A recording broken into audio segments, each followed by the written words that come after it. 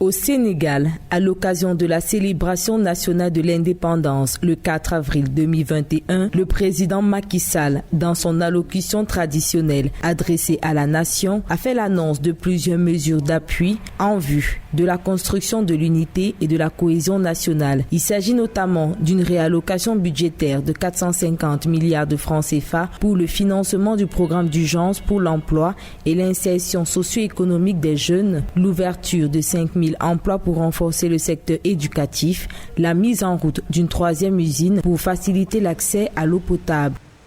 La fête de l'indépendance, c'est aussi et surtout celle de la jeunesse. J'ai décidé d'allouer dès le mois de mai 80 milliards de francs CFA pour le recrutement de 65 000 jeunes sur l'ensemble du territoire national pour renforcer la sécurité, l'hygiène publique et le pavage des villes.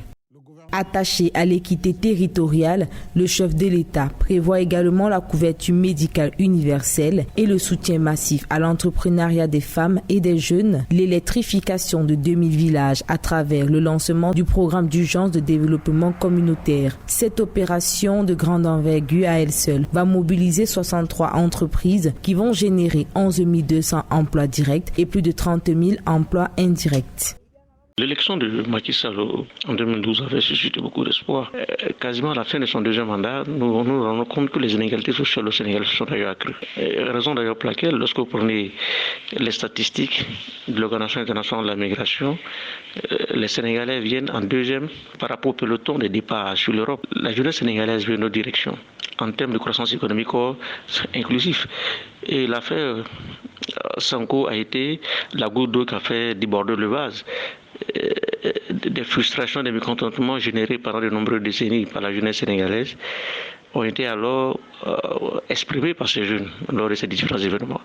Donc les promesses tenues par Macky Sall peuvent susciter beaucoup d'interrogations. Le Sénégal fait partie des pays de l'Afrique subsaharienne qui ont une expérience démocratique.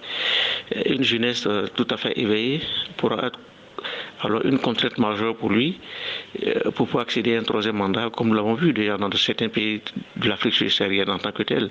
Donc ce sont des promesses qui rentrent dans une logique purement électoraliste, en vue alors de pouvoir consolider un suffrage universel, pouvoir justifier alors le changement de la Constitution. Avec la pandémie de Covid-19 qui ne cesse de prendre de l'ampleur et les exactions de l'opposition sénégalaise, le chef de l'État n'a pas manqué de relancer les débats sur l'importance de maintenir la sécurité, la sûreté et la quiétude des populations. Un engagement qu'il prend à ne laisser personne mettre en péril les institutions et les principes d'une gouvernance démocratique.